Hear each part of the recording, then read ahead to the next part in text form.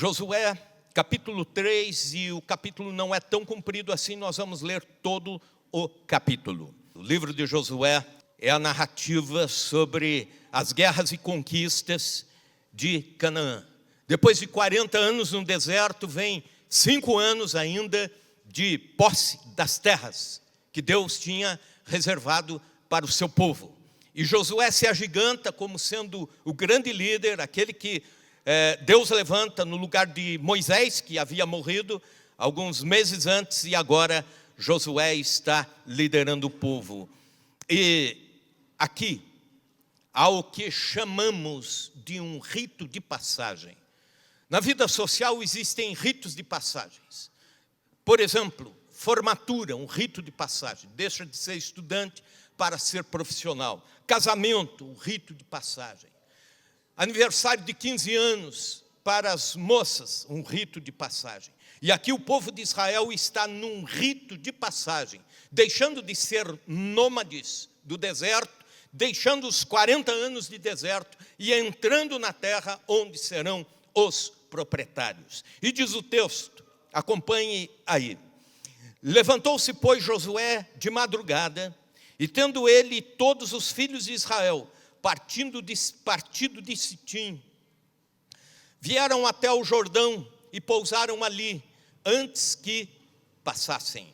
Sucedeu que ao fim de 3 dias, que os oficiais passaram pelo meio do arraial, e ordenaram ao povo, dizendo: quando virdes a arca da aliança do Senhor vosso Deus, e que os levitas, sacerdotes, a levam, partireis vós também do vosso lugar, e a seguireis. Contudo, haja a distância de cerca de 2.000 côvados entre vós e ela.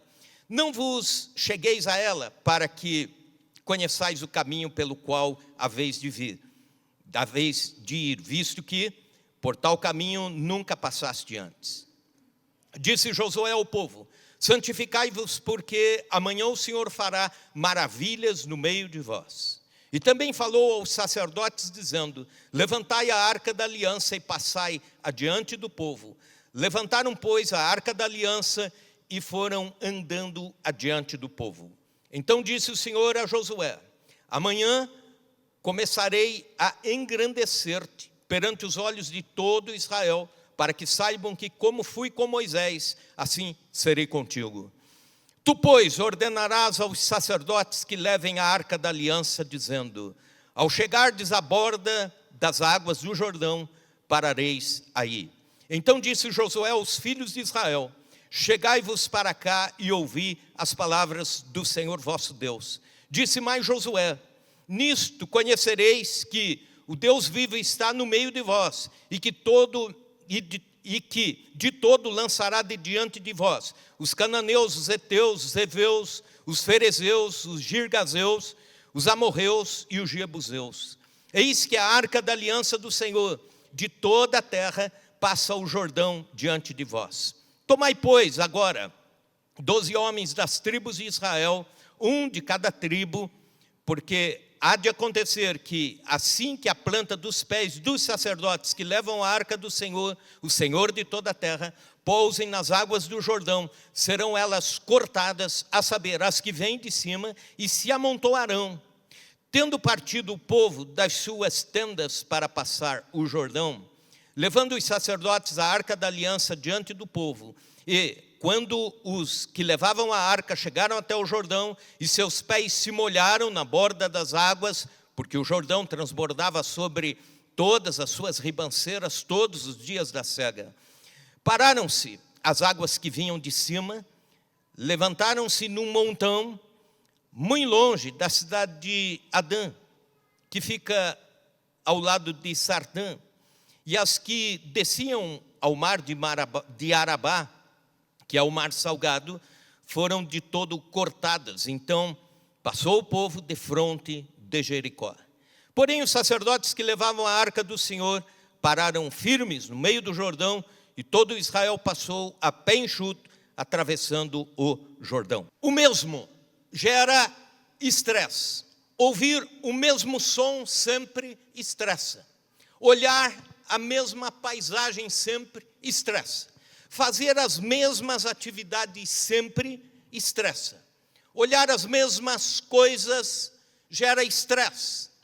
Por exemplo, nos Estados Unidos da América, se diz o seguinte, entre os gerentes de shopping centers, de que a cada 15 dias precisa se mudar a vitrine, a decoração, pelo menos algumas coisas mudar para que o cliente volte e veja alguma coisa diferente naquele lugar.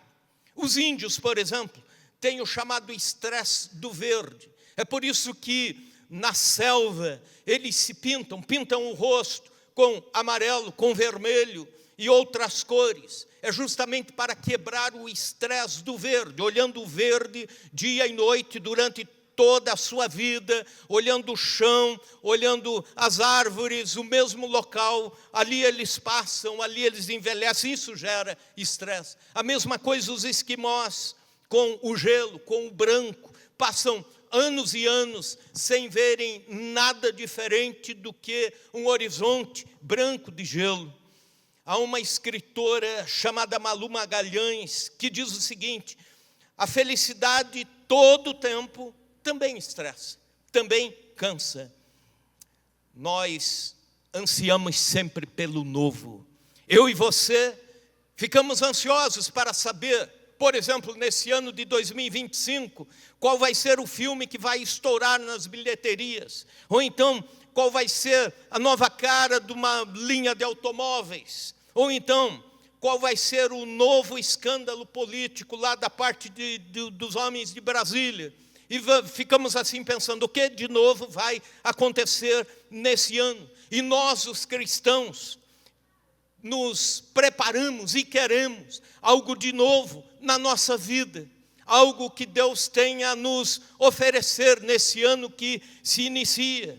E Israel, como já falei, estava frente ao novo. E esse texto, muito bem, pode ser o texto que vai falar ao meu e ao seu coração nessa semana e por esses dias. Israel estava frente a uma nova terra, a terra da promessa, a terra de Canaã. Uma nova economia, eles não teriam mais o maná caindo do céu, nem a provisão dos calçados não envelhecendo, nem a roupa do corpo, como milagre de Deus, porque agora eles teriam produção, eles teriam leite, mel, como diz a Escritura, eles iriam plantar, eles iriam colher, eles teriam gado e ovelha, teriam também uma nova morada, não seria mais tendas, mais casas, também um novo estilo de sociedade, não são nem mais escravos no Egito e não são mais andarilhos do deserto, agora eles serão proprietários, portanto um novo tempo, uma nova vida, uma nova terra. Mas Deus estabeleceu 5 critérios que vamos ver, olhar à luz do texto. E todos nós, cristãos, queremos algo novo de Deus. Eu e você queremos, na passagem de ano, oramos por isso, algo da parte do Senhor para as nossas vidas. Quem sabe alguém está buscando um novo dom da parte do Senhor, ou um novo ânimo para a sua fé, ou então um novo tempo de Deus, uma nova caminhada. Todos nós como igreja queremos isso, ansiamos por isso, mas precisamos entender, existem critérios de Deus, existem orientações de Deus, e o primeiro critério é que o novo virá no tempo de Deus. Versículo 2, veja comigo, capítulo 3, versículo 2, sucedeu que ao fim de 3 dias, que os oficiais passaram pelo meio do arraial. Se a terra prometida já estava à vista, se estava lá a terra, estava o Jordão, por que Deus ordena que todos parem por mais 3 dias? Imaginem aquele povo que andou durante 40 anos no deserto, e agora falta um pouquinho, alguns pouquinhos quilômetros para chegarem na terra, e Deus diz, parem, fiquem aí, 3 dias parados. A ansiedade era grande, o querer ir, o coração bate forte, dizendo, mas eu quero ir amanhã. E Deus está dizendo, 3 dias. É porque Deus tem um tempo específico para tudo, e que é diferente do meu tempo e do seu tempo. Estudamos isso numa das quartas-feiras, alguns dias atrás. Eclesiastes capítulo 8, versículo 6. A palavra do Senhor diz que para todo propósito há tempo e modo. O tempo de Deus está ligado à capacitação, à disciplina. Moisés esperou 40 dias para receber a lei de Deus no Sinai, e era o novo de Deus para a legislação daquele povo. Os apóstolos esperaram 10 dias em Jerusalém para que o Espírito Santo viesse, e ficaram quietos, esperando, aguardando, juntos, orando em unanimidade, mas no aguardo, o tempo de Deus. O apóstolo Paulo, depois da sua conversão, ele quis rapidamente entrar no ministério, e Deus o levou ao deserto. Ele ficou 2 anos isolado. Era o tempo de Deus para o apóstolo Paulo, para que ele tivesse todas as revelações necessárias, para que com elas ele escrevesse aquilo que hoje são as epístolas das Escrituras Sagradas. Então, o novo de Deus virá no tempo de Deus, mas isso pode acontecer agora, em 2025, é o tempo de Deus, mas pode acontecer também depois, 2026, 2027, aquilo que você está buscando de Deus, continue buscando. Se é a vontade de Deus, no tempo de Deus, Deus há de atender a sua oração, a sua súplica, mas tem o tempo de Deus, que a gente chama de Kairos, que é diferente do Cronos. Cronos é o tempo de um dia, depois do outro, um ano, depois do outro. O tempo de Deus é o tempo em que Deus resolve fazer algo no coração dele. Então, a palavra de Deus às vezes traz esta diferenciação, o tempo de Deus, portanto o Kairos de Deus. Eu lembro que numa das passagens de ano, nós estávamos, há muitos anos atrás, eu era pastor lá no Paraná, na cidade de Andirá, e uma irmã da igreja, a Isildinha, orava já há 15 anos, todos os dias ela orava, pedindo a Deus que Deus salvasse seu esposo, que ele fosse alcançado por Cristo, um bom homem, um excelente cidadão, exemplar em tudo, como pai, como esposo, como cidadão, como profissional, mas não conhecia a Cristo como nós conhecemos. E ela orava incessantemente, jejuava, pedia oração, e nós estávamos cultuando a Deus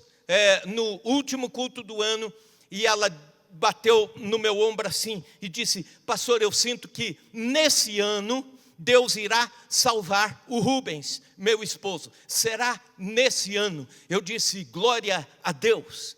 E realmente isso aconteceu, porque 4 meses depois, num determinado dia, a igreja estava num trabalho evangelístico, iniciando um trabalho com um pregador que estava por lá passando, e eu passei onde o Rubens trabalhava, o convidei, e ele disse assim: pastor, eu vou, já tenho a minha religião, só vou assistir, tá bom? Porque o senhor veio aqui me convidar, pela nossa amizade estarei lá. Ó, que legal, então esteja lá. Mas acontece que ele foi, e naquele culto Deus fez uma obra transformadora na vida dele. E aí, a partir daquele dia, ele passou a servir a Jesus. É interessante que dali 2 semanas ia ter o batismo, e ele chegou e disse: dá para fazer o discipulado em 2 semanas? Eu falei: não dá, mas nós já ajeitamos para dar, né? E aí ele foi discipulado rapidinho e tal, foi batizado e serve a Deus até hoje, firme na fé. Sabe, de repente, aquilo que você está pedindo de Deus vai acontecer nesse ano. Não perca o horizonte, não perca a fé. É o agir de Deus no tempo de Deus. Sabe, essa história do tempo de Deus me faz lembrar do menininho que sonhou. Ele sonhou que estava no céu, e no céu, conversando com Deus, ele perguntou: quantos são 1000 anos para o Senhor. E aí Deus disse, 1000 anos para mim é 1 minuto. Senhor, e quanto é 1 milhão de reais para o Senhor? E Deus disse para ele, para mim isso é um centavo. E aí o menininho arriscou a terceira pergunta e disse, Senhor, me dá 1 centavo? E aí Deus disse, sim, aguarde 1 minuto. Entendeu? O tempo de Deus é muito diferente do nosso. E no tempo dele, no tempo de Deus, ele ensina a nós. Ele nos prepara para o novo. Então, primeiro critério, o tempo de Deus. Esteja dentro do tempo de Deus, submisso ao tempo de Deus. Entenda o tempo de Deus para a sua vida, para tudo. Esteja submisso a isso. Não tome decisões movidas por você mesmo, pelo ímpeto. A Bíblia Sagrada nos diz em Jeremias, enganoso é o coração do homem mais do que todas as coisas, e desesperadamente corrupto, quem o conhecerá? Eu sou o Senhor, aquele que sonda os desígnios do coração. Então, espere em Deus. Deus tem o tempo dele. Um segundo critério, o novo de Deus virá sob a direção de Deus. Versículo 4, veja aí comigo. E o verso diz, contudo haja distância de cerca de 2000 côvados entre vós e ela. Não vos chegueis a ela para que conheçais o caminho pelo qual haveis de ir, visto que por tal caminho nunca passaste antes. 2000 côvados, cerca de 850 metros. O propósito da arca era a presença de Deus. Eu já vou falar sobre isso, um símbolo da presença de Deus. Acontece que quando a arca ia, o povo de Israel, então, tinha a certeza da presença de Deus. E eles iam atrás da arca. Mas é interessante que o texto diz, haja uma distância. E aí vocês, todo o povo de Israel, olha adiante. E mesmo aqueles que estão mais atrás, conseguem ver lá adiante a arca, e todos vão seguindo, olhando a arca. Isso diz respeito à direção. Direção. Deus dando direção. Todos os olhos de toda aquela multidão olhando fixamente para a arca, o símbolo da presença de Deus, e indo na direção da arca. O propósito dessa separação era assegurar então que todos conseguissem enxergar algo que fosse visível a todos os israelitas. Era uma nação inteira olhando e dizendo, é para lá que nós vamos, é naquela direção que vamos, é naquele rumo que vamos pisar. Escute isso. Você sempre estará na direção certa se estiver caminhando com Deus. Se está com Deus, mesmo que os caminhos sejam íngremes e difíceis, você está no caminho certo, por causa dos seus olhos em Deus, por causa dos seus olhos mirando o Senhor. É John Stott que escreve o seguinte: todo o nosso senso de desorientação na vida se origina da nossa alienação de Deus. Então, quando perdemos Deus de foco, quando perdemos a orientação de Deus, quando Ele foge dos nossos olhos espirituais, a vida começa a ficar desorientada, e pisamos onde não deveríamos pisar, e fazemos o que não deveríamos fazer, e depois nos arrependemos, e agimos como não deveríamos agir. Nesse ano de 2025, mire seus olhos em Deus. Peça direção a Deus. Olhe para a arca, olhe para Deus, olhe para o caminho que Deus está delineando.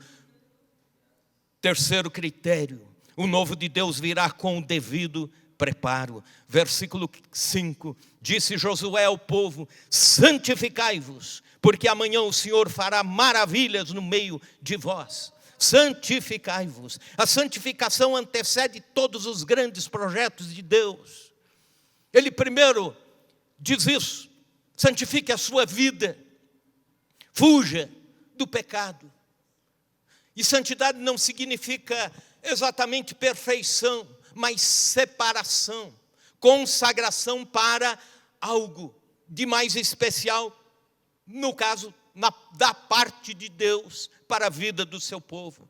Israel se posicionou primeiro com um coração novo nesses 3 dias, para depois Deus dizer assim: agora vocês podem cruzar o Jordão e possuir a terra. Uma terra nova, mas primeiro um novo coração.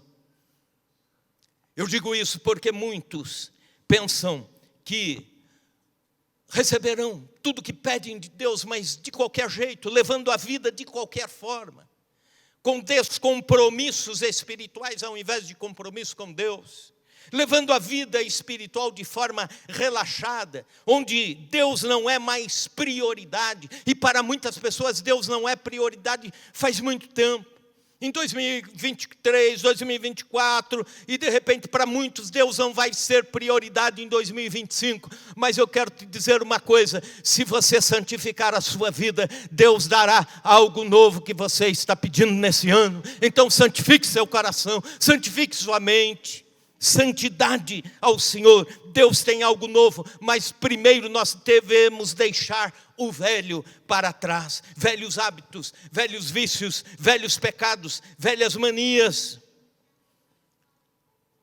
Deus primeiro prepara o terreno da sua vida para depois Ele investir em você. Os grandes avivamentos do passado. E eu sei que vários irmãos estão lendo, curiosamente estão pesquisando aqueles avivamentos que foram acontecendo na Inglaterra, avivamentos que aconteceu no país de Gales, recentemente, algumas décadas atrás, na Coreia do Sul. E sempre no meio desse agir de Deus, se diz o seguinte: olha, nós começamos orando e santificando nossas vidas a Deus. Oração e santidade. Na África do Sul, há muitos anos atrás, houve um soprar de Deus, de forma que muitas igrejas foram impactadas, cresceram muito, muita gente se convertia, muitos foram de países diversos lá, para conhecerem o que Deus estava fazendo. E foram entrevistar um determinado líder de uma das denominações que Deus estava usando naquele país. E eles foram com, naquele tempo não tinha notebook, mas foram com canetas, agendas. Olha, queremos saber, queremos anotar. Então, e aquele homem disse: olha, eu não tenho muita coisa a explicar para vocês, mas aqui a gente prega o que vive, vive o que prega, e o resto Deus faz. Então, nós precisamos viver o que pregamos. Isso é santidade. Isso é separação. Spurgeon, grande pregador, dizia: santidade é o hábito de estar em comum acordo com Deus. Então, que seja um ano de santificação para as nossas vidas. E aí, o agir de Deus. Quarto critério: o novo virá com a presença de Deus. Alguns versículos aqui que demarcam essa firme ideia da presença de Deus. Versículo 6, e também falou aos sacerdotes dizendo: levai a arca da aliança, passai adiante do povo. Levaram, pois, a arca da aliança e foram adiante do povo. Volto a dizer, a arca da aliança simbolizava a presença de Deus. Versículo 10, disse mais Josué: nisto conhecereis que o Deus vivo está no meio de vós, e que de todo lançará de diante de vós os cananeus, os heteus, os heveus, os ferezeus, os girgazeus, os amorreus e os jebuseus. Versículo 11, eis que a arca da aliança do Senhor de toda a terra passa o Jordão adiante de vós. A arca era o símbolo da presença de Deus. Alguns detalhes da arca da aliança: o povo de Deus ia atrás da arca. Nesse caso, até com uma demarcação de distância, 850 metros. Isso dá a entender. A presença de Deus dá direção, como já falamos. A arca também era levada sem ser tocada. Ninguém podia tocar a arca. Lembram de Uzá? Aquele que, diz a Bíblia, que os bois tropeçaram, etc. E a arca pendeu para cair. E ele colocou a mão para segurar a arca da aliança. E morreu, fulminado. Até por uma boa ação, o segurar a arca, para que ela não caísse. Mas não podia ser tocado. A ideia de santidade absoluta. A reverência para com Deus. A arca ia à frente do seu povo. A arca expulsava os inimigos. A ideia de que onde Deus está, existe proteção para o povo de Deus. Deus está cuidando milagrosamente do seu povo. No Antigo Testamento, muitos símbolos eram sombras daquilo que viria depois no tempo da graça. E hoje nós não precisamos mais de uma arca ou de um objeto para nos escorar na ideia de que Deus está presente. Porque no tempo da graça, em Cristo nós temos todas as promessas cumpridas, todos os símbolos da antiga aliança se concentram em Cristo, na pessoa de Cristo. Em Mateus 28, 20, ele diz: eis que estou convosco todos os dias até a consumação dos séculos. Deus está presente. Presença de Deus. A presença de Deus nos traz tranquilidade, nos traz paz, nos traz proteção. A presença de Deus transforma a nossa vida. Algum tempo atrás eu li sobre um psiquiatra crente. Ele depois se tornou escritor também, o Paul Tournier. Ele conta a respeito de um amigo seu, médico, também cristão. Mas veja bem, esse médico vivia estressado, com insônia, vivia nervoso, frustrado, e vivia esgotado, e vivia adoentado emocionalmente, também fisicamente. Até que um dia, lendo a Bíblia, ele se deparou com Sofonias capítulo 3, versículo 17, que diz: o Senhor está no meio de ti, poderoso para salvar-te. E ele disse, esse versículo mudou minha vida. Eu entendi que Deus estava comigo e podia me salvar da vida que eu levava. E ele depois escreve dizendo que a partir da celebração da presença de Deus no seu dia a dia, ele entender que Deus está presente no seu cotidiano, ele entendendo que Deus está presente no seu consultório, que Deus está presente na sua vida, isso mudou a sua vida. E ele falou: eu passei a conversar com Deus no meu consultório, eu passei a me alegrar com Deus, eu passei a convidar Deus para tomar um cafezinho junto comigo, e a minha vida mudou. É esse tipo de celebração de presença de Deus que a igreja precisa ter, que eu e você precisamos ter. A presença manifesta de Deus. Então isso nos traz o novo para a vida. Há 5 dias atrás, nós viramos o ano. E assistindo os programas de TV, que vêm antes do final do ano, nos últimos dias, tem aquelas pessoas lá que nas entrevistas dizem assim: olha, passe o ano com roupa branca para ter paz no ano de 2025. Outros: se você quer casar no ano de 2025, tem que passar o ano com roupa vermelha. Quer ficar rico, passa o ano com roupa amarela. Outros dizem: coma lentilhas na virada do ano, porque dá sorte. Não coma a carne de nenhum animal que cisca para trás. O que mais? Dê 3 pulinhos lá na praia, 3 pulinhos nas ondas lá na hora da virada do ano, para ter prosperidade. Outros dizem assim: olha, faz assim, coloca uma nota de R$100 na carteira e fica com ela o ano inteiro. Você não pode tirar da carteira, porque senão dá azar. Então, se você conseguir ir até, vai ter sorte, vai ter riqueza para você.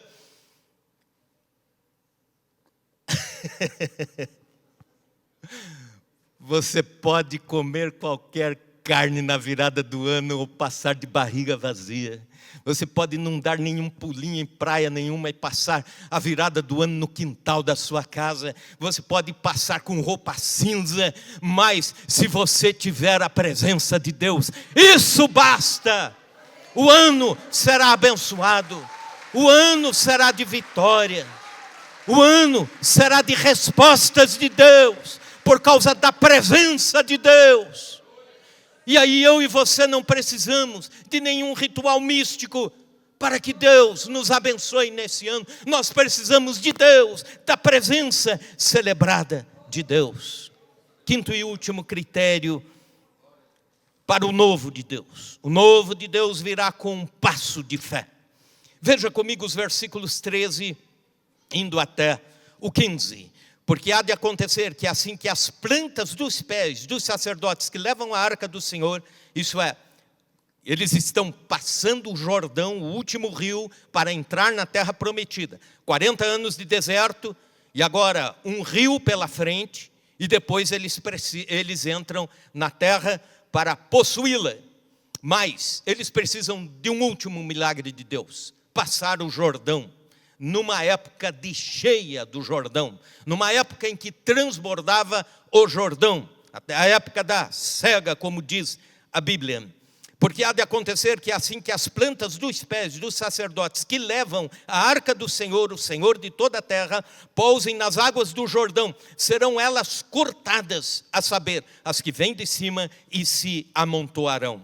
Tendo partido o povo das suas tendas, para passar o Jordão, levando os sacerdotes a arca da aliança diante do povo. E quando os que levavam a arca chegaram até o Jordão, e os seus pés se molharam na borda das águas, porque o Jordão transbordava sobre todas as suas ribanceiras, todos os dias da cega, pararam as águas que vinham de cima.